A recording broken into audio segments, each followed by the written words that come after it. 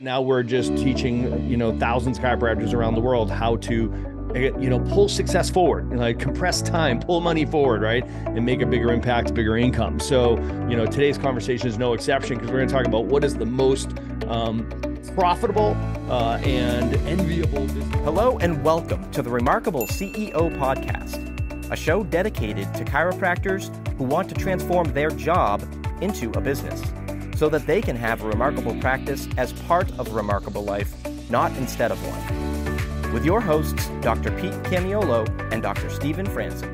Welcome back to another episode of the Remarkable CEO Podcast. I'm Dr. Pete Camiolo. And I'm Dr. Stephen Franson. And today we're going to get into a conversation about money. And we're going to specifically be talking about how you structure your plans, your payment plans, how the inflows of money actually come in. And we're going to be talking about very practically what we're seeing in the marketplace and what we have recognized as being the most effective way to structure your business on the financial side of things when it comes to care plans. Now, I know some of you who are listening don't do care plans. We recognize that. We know that. Some of you who are listening, it may be something you don't do because it doesn't fit in with your model. Some of you maybe don't do them because compliantly in your state or your area, maybe it's something you can't do for some reason.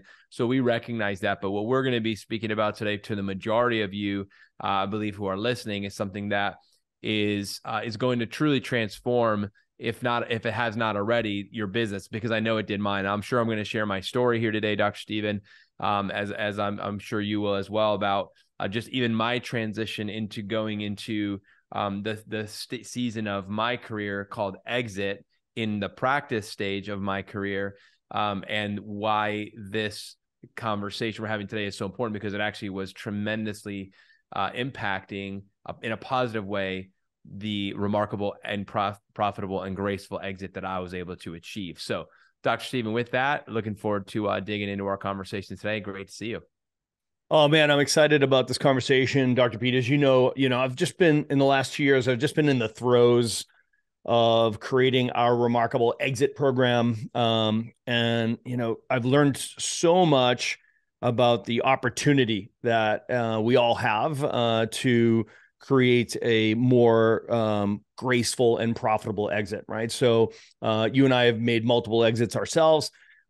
We love to say we teach from scar tissue, because that's the reality of it. Almost every program, product offering that we have is always about, man, you know what, let's make sure you have a better experience and a better outcome than we had when we were screwing it up 7 ways to Sunday until we finally figured it out, reproduced it ourselves multiple times. And now we're just teaching, thousands of chiropractors around the world how to, pull success forward, like compress time, pull money forward, right? And make a bigger impact, bigger income. So, today's conversation is no exception because we're going to talk about what is the most profitable and enviable business model you could possibly build in the marketplace today, and how that just so aligns beautifully with the remarkable practice system and chiropractic in general, especially when you take it from the perspective of your payment plans should match the 3 Ps. They should be purposeful, they should be possible, and they should be profitable, right? So those are the criteria that we have for remarkable payment plans. Now, when you look at it as purposeful, it should be, I love the expression, show me how the money works, I'll show you the culture of the business, right? So, when, you and I ran very, very similar practices, and, our financial plans were a reflection of our purpose, right? So Camille and I, we got together and said, we wanted to create a place where families could find a better way to better health, right? So we not only wanted them to have better health outcomes, we wanted them to have a better health experience, healthcare experience and a health experience throughout their life. So we knew that meant we wanted to have multiple family members, multiple generations getting regular chiropractic care across their entire lifetime. That's the vision story, right? So the purposeful part of that is we set up our financial plans where it promoted that. Now you might say, actually, I want to create a place where people have been everywhere and done everything, and they've got these, these conditions, these body signals, these these situations that the medical world hasn't been able to untangle, and I want to bring some functional medicine into my, and that's what I want to deal with. That type of, well, that's a different vision and an awesome vision and a different model, right? Or maybe it's, hey, I want to take care of the top athletes in the world, and I want to travel around. I want to be known as the guy who sees people before, during, and after these games to optimize their performance and keep them on the field for the longest career. And that's a different vision story, another awesome vision story. So the first thing is your model has to be purposeful.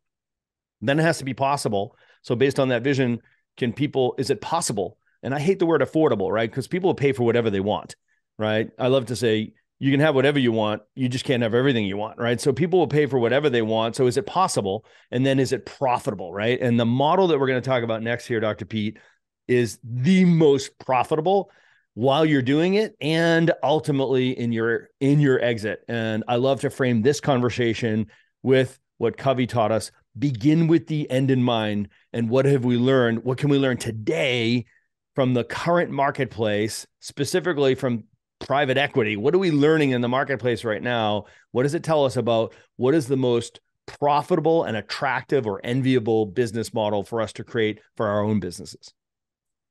And I didn't really know a lot about this, and I know you already alluded to that, but it wasn't a conversation that was happening in chiropractic that I'm aware of. I was not aware of it. And I feel like I was aware of a lot of the important conversations that were happening in chiropractic at the time.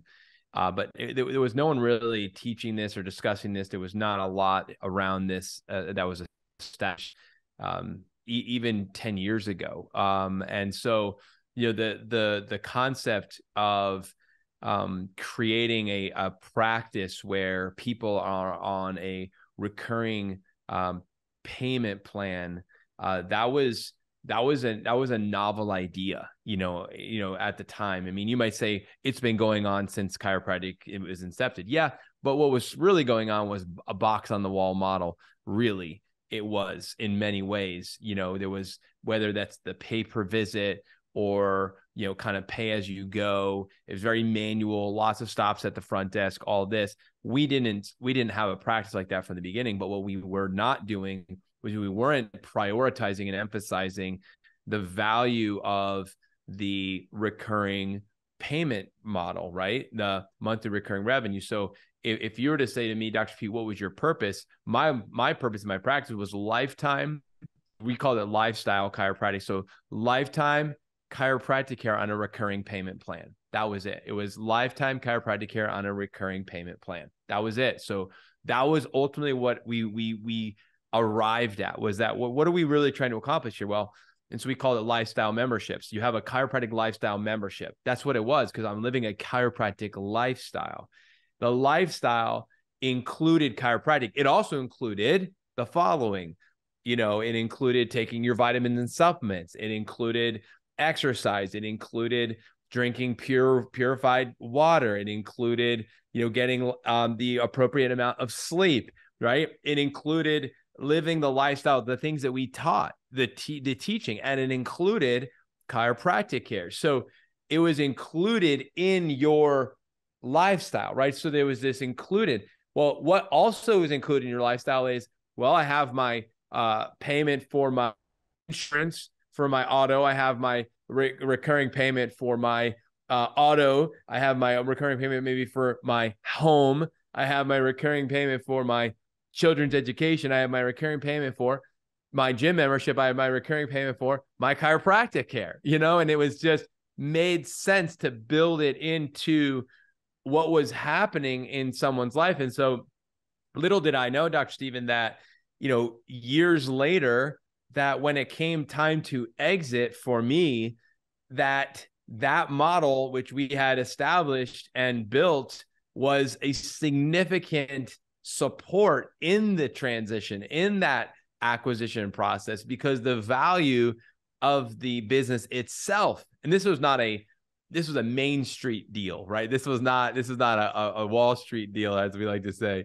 This was definitely, just, one of those opportunities for another doctor to sell to another doctor. And it was awesome. And it went really well. But it was because we had this model that we had spent years building, not thinking, oh, we're building it so we can sell it this way. Like I said, this is we didn't have these conversations like you and I are having right now.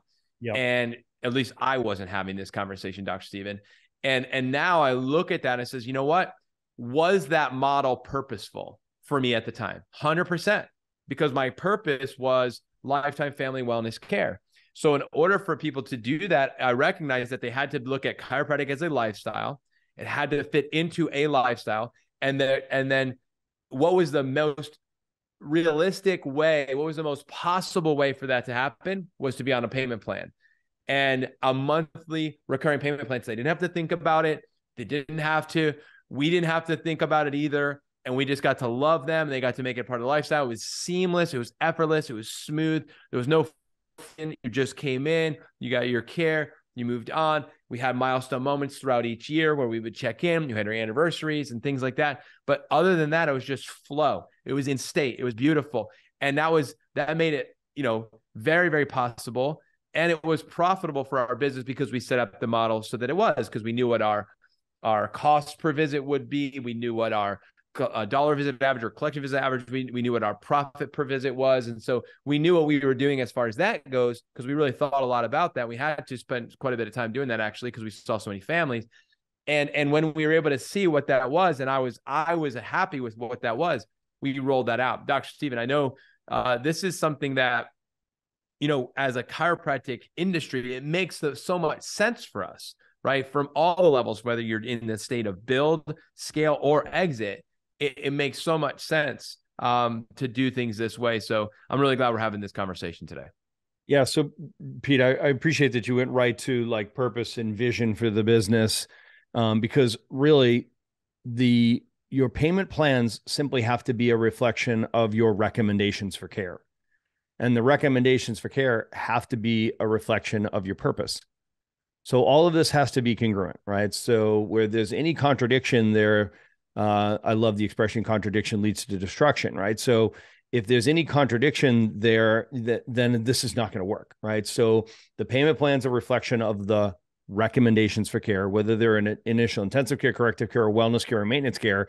That's what I mean by that. You set up the payment plan so it makes sense there.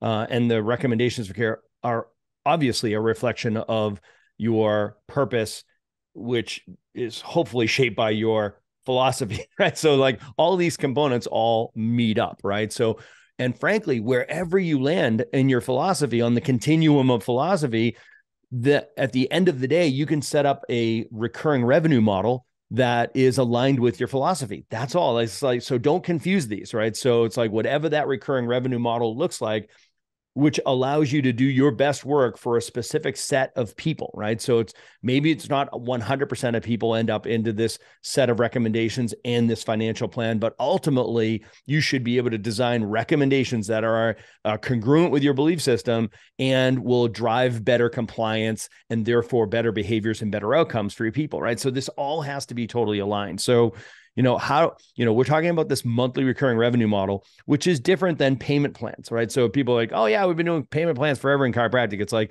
it's one thing to say, the year of care is going to be $4,000 and you're going to have 12 equal payments of X number of dollars, right? So that's a payment plan for a finite level of recommendations, right? So what we're suggesting here is not that. Okay. It might start there, but it evolves into, like in the Remarkable Practice System, you have a finite recommendation around initial intensive care. We call it the first 4 months, for example.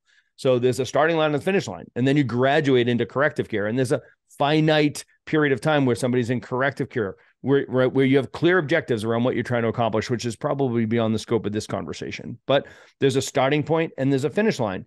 And so you have a care plan and you have a financial plan that goes on, and then they graduate into wellness care and maintenance care. And the unique thing about wellness care and maintenance care, Dr. Pete, is that there is a starting point, there's a starting line, but there is no finish line. So why introduce a finish line in the care plan or in the financial plan, right? So ultimately moving people to a place where they recognize that, okay, so I'm going to use chiropractic like a lifestyle success strategy for healthy human beings, just like I view exercise. Nobody starts exercising with a plan on, all right, I'm going to exercise for a year. I'm going to work out for a year.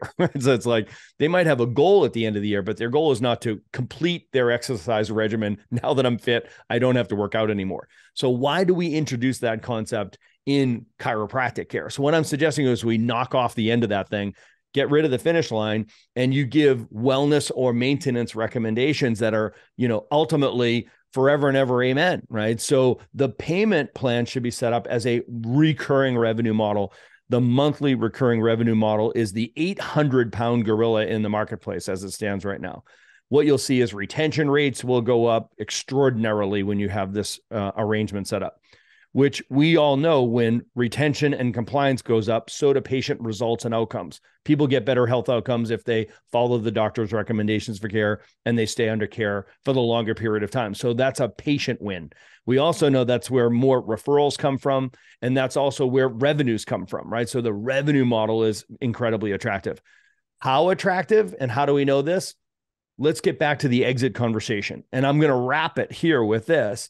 And if you look at beginning with the end in mind, we can look at the valuation process for a business coming up over the top of our business, working above our business for a minute, right? So like as if we're an investor, you guys understand the difference between working in your business and working on your business from the E-Myth, right? So going from working in the business to working on the business, that's the ascension of a business owner. Well, the third ascension is working above the business. So you go from working in the business to working on the business to working above the business, where you're looking down on the business and you recognize now I'm thinking like an investor as I'm building my enterprise value of my business, right? So when you're working in the business as an owner operator, your product is chiropractic care. You're the one that's head down, bum up, adjusting patients and delivering care. Your product is you're selling chiropractic care. When you become the CEO and you're working on the business, not just working in the business, your job is to take care of the patients, take care of the team while they take care of the patients, right? So now you're working on the business, but your product is still chiropractic care. When you make the ascension to working above the business and your identity is now as an investor, your product becomes the business itself, right? Because one day you'll exit and you'll be selling the business, right? So this is the hat you have to wear as I say this to you. When you're looking at the business and you're saying, I need to increase the enterprise value or the value of my business, now what you'll say is, well, if I remain an owner operator and I try to exit and sell that business in the marketplace right now, owner operator businesses have very low value because no one wants to buy your job, right? So you'll see a valuation of like some type of sales multiple, which as a owner operated business, it's going to be somewhere between 0.75 and 2.5, okay, times what's called seller's discretionary earnings, which is how much profit you take as the owner out of your business. It's your salary plus your distributions of profits plus whatever add backs you run through the business. That's called SDE or seller's discretionary earnings. So now we're talking, let's call it 2.5. Let's be optimistic. It's 2.5 times the profit of the business. That's how much you could possibly get for an owner operated business.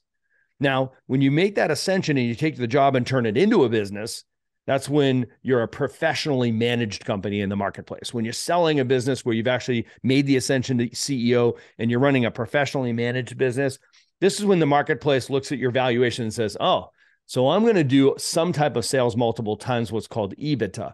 EBITDA is earnings before interest, taxes, depreciation, and amortization. So this is another fancy way of saying profit, okay? So in a professionally managed business, your valuation is going to be somewhere around, let's call it 2.5 to 4.5. So let's again be optimistic. Let's call it 4.5 times EBITDA, right? So you've made a nice big jump there. That's awesome when you go from being a owner operated business to a professionally managed business. But look what happens when you make the jump. When you make the jump to what we're suggesting, which when we're talking about a monthly recurring revenue model, that's MRR, monthly recurring revenue. If you look at a year, that's called annual recurring revenue or ARR, annual recurring revenue. That's top line revenue, annual recurring revenue. The valuation that the marketplace, in other words, if a private equity group came and looked at your business, the multiple is a totally different animal. Okay, so the sales multiple is a much higher number. In fact, It's somewhere between 3.5 and 15.5 right now for what's called a subscription-based business. Okay. So think about that. Anywhere from 3.5 to 15.5 times, ready? ARR, or annual recurring revenue. That's the top line revenue, not profit. Everybody say wow right now. Right? So let's look at that ascension where you go from top line, from bottom line profit to top line revenue, and the multiple goes to 3.5 to 15.5 times that annual recurring revenue. Dr. Pete, it blows my mind when I hear something like that, because what that tells me is if you are a subscription-based business, in other words, you have monthly recurring revenue, you have a low churn rate. I like to see a churn rate under 4%, and you're in an industry that's growing, chiropractic is growing at 2.5% a year. You can see a spectacular valuation on that business when you're talking to the most sophisticated business people in the world, which would be a private equity investor, right? Somebody coming in and scrutinizing your business and saying, what is the quality of this business? Mitigate my risk, increase my chances of being able to realize a great profit and a great return on my money. If we learn anything from this exercise, it's the highest quality businesses in the world, according to the most sophisticated financial people in the business world, is the monthly recurring revenue model. Thanks for listening to this episode of the Remarkable CEO Podcast. Remember, what the world needs now is chiropractic. And what chiropractic needs now is more successful chiropractors. If you like this podcast, please subscribe, share with a friend, and leave us a review. And if you'd like to connect with us personally, direct message us on Facebook, LinkedIn, or Instagram. Now go and be remarkable.